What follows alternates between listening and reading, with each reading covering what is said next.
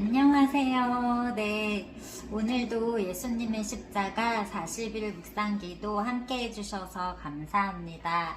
네, 오늘은 37일차입니다. 네, 37일차 기도 제목은요, 우리도 주님을 닮아가는 자들이 되게 하옵소서입니다.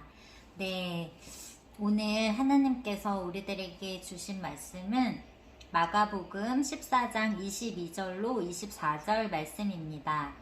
그들이 먹을 때에 예수께서 떡을 가지사 축복하시고 떼어 제자들에게 주시며 이르시되 받으라 이것은 내 몸이니라 하시고 또 잔을 가지사 감사기도 하시고 그들에게 주시니 다 이를 마시매 이르시되 이것은 많은 사람을 위하여 흘리는 나의 피 곧 언약의 피니라. 아멘. 아멘, 아멘. 그렇습니다. 예수님께서 내 살과 피를 먹으라 말씀하셨지요. 네, 그렇습니다. 네, 우리들은 날마다 주님의 살과 피를 먹는 네, 저와 여러분들 되시기를 예수님 이름으로 축복드립니다. 네, 그래서 예수님과 한 몸이 되는 거죠. 네. 하나님이 내 몸 안에 거하시는 것입니다. 네. 그래서 우리들은 말씀을 매일매일 먹고 그 말씀으로 채워서 네, 하나님으로 예수님으로 채워야겠죠. 네. 오늘 또 이렇게 귀한 단비가 오는데요. 네, 꼭 필요한 그런 단비가 오는 것 같습니다. 네. 모든 생명이 물이 없으면 생명을 유지할 수 없잖아요. 네, 그와 같이 우리들은 예수님이 없으면 우리들의 그 영혼이 그 새로운 생명을 얻을 수가 없습니다. 네, 그래서 우리들 영혼의 단비인 네, 말씀을 읽고 먹고 네, 그리고 또 기도 시작하겠습니다. 예수님께서 제자들과 마지막 저녁 식사를 하실 때 떡을 떼시고 축복하시며 제자들에게 나눠 주셨습니다. 또한 잔을 가지사 감사 기도를 드리시며 제자들에게 나눠 주셨습니다. 주님의 살과 피라 말씀하시며 나를 기념하라 말씀하셨습니다. 지금 우리는 예수님께서 제정해 주신 성찬을 행하며 예수님을 기념하며 감사하고 있습니다. 늘 우리와 함께 하시는 예수님, 주님의 보혈의 피의 공로로 우리는 깨끗하게 죄사함을 받은 자들입니다. 우리가 예수님의 그 보혈 아래 있었기에 다시 살 수 있었고 구원받을 수 있었습니다. 그 사랑에 감사드립니다. 주님과 함께 걷는 이 길에서 주님이 품으신 그 소망을 품게 하시고 주님의 그 십자가 사랑을 자랑하는 우리가 되게 하옵소서. 우리도 주님을 닮아가는 자들이 되게 하옵소서. 예수님 이름으로 간절히 기도드립니다. 아멘, 아멘. 그렇습니다. 네, 우리들이 단번에 될 수는 없어요. 하지만 매일매일 조금씩 네, 예수님을 닮아가는 그런 우리들이 되었으면 좋겠습니다. 네. 오늘 또 들려드릴 짧은 스토리는 역사의 교훈입니다. 역사의 교훈 들려드릴게요. 역사의 연구라는 책으로 잘 알려진 영국의 역사학자 아놀드 토인비. 그는 런던 대학에서 학생들을 가르치면서 늘 이렇게 강조했습니다. 역사의 주인이 되라. 역사를 창조하는 사람이 되라. 그러면 어떻게 해야 역사를 창조하는 사람이 되겠습니까? 토인비 박사의 대답은 이러했습니다. 인류 역사를 연구해보면 시대마다 역사를 빛낸 인물들이 있었습니다. 그 사람들의 삶에는 한 가지 공통점이 있었습니다. 그것은 그 사람이 자기가 살고 있는 시대를 위해서 자기 자신을 제물로 들여서 희생했다는 점입니다. 그래서 누구든지 그 시대의 역사를 빛내고 역사를 창조하는 사람이 되기 위해서는 그 자신을 희생해서 제물로 드려야 한다는 것이었습니다. 희생은 숭고합니다. 1912년 대영 제국이 자랑하던 타이타닉호에 탔던 2208명 중 1513명이 목숨을 잃었습니다. 배가 가라앉기 직전 남자, 여자, 노인, 어린이 모두가 살기 위해 보트에 매달립니다. 그런데 37명의 기관사들은 끝까지 기관실을 지켰습니다. 7명의 악사들은 4월 15일 새벽 4시 10분 대서양의 얼음바다 속에 조용히 잠기기까지 희생하였습니다.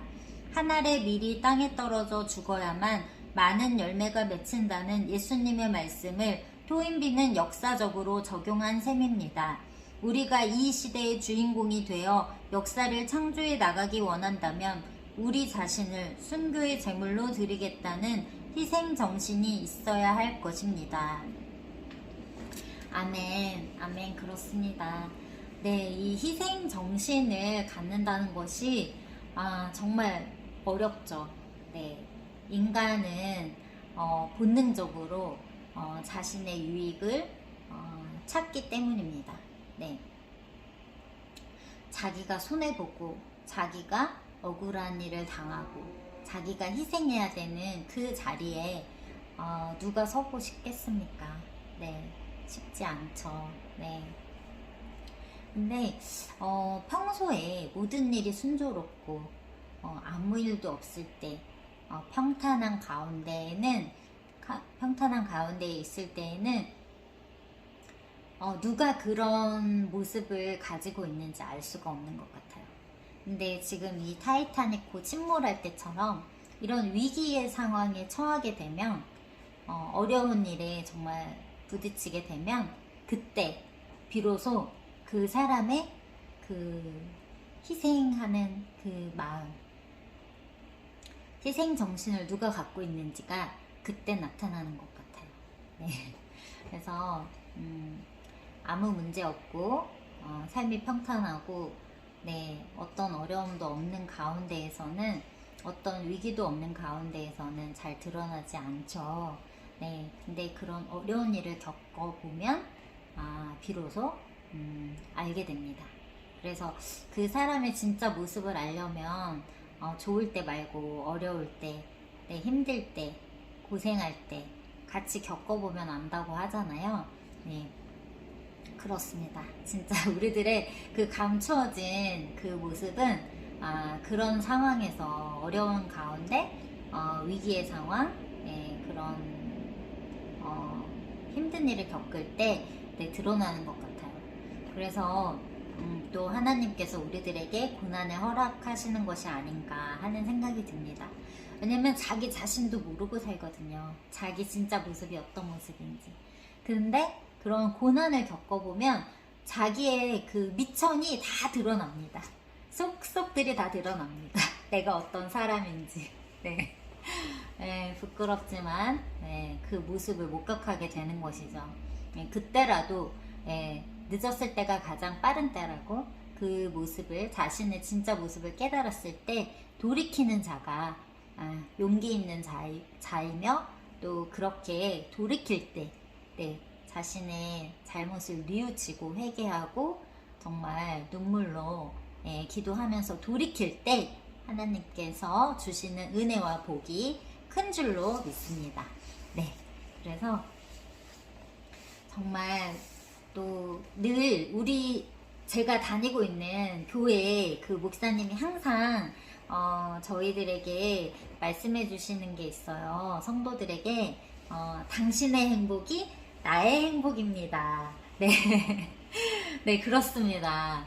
네, 정말 엄청나게 큰 희생은 아닐지라도 당신의 행복이 나의 행복입니다 라는 마음가짐으로, 생각으로 일상을 살아가다 보면 내가 조금 손해보고 내가 조금 희생할지라도 네, 그 상대에게 선행을 베풀 수 있는 네, 그런 사람들이 될 줄로 믿습니다.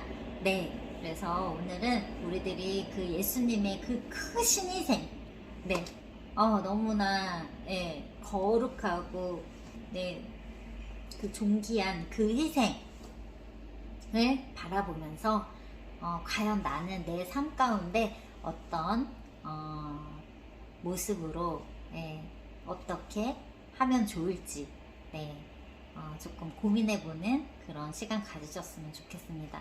그래서 조금씩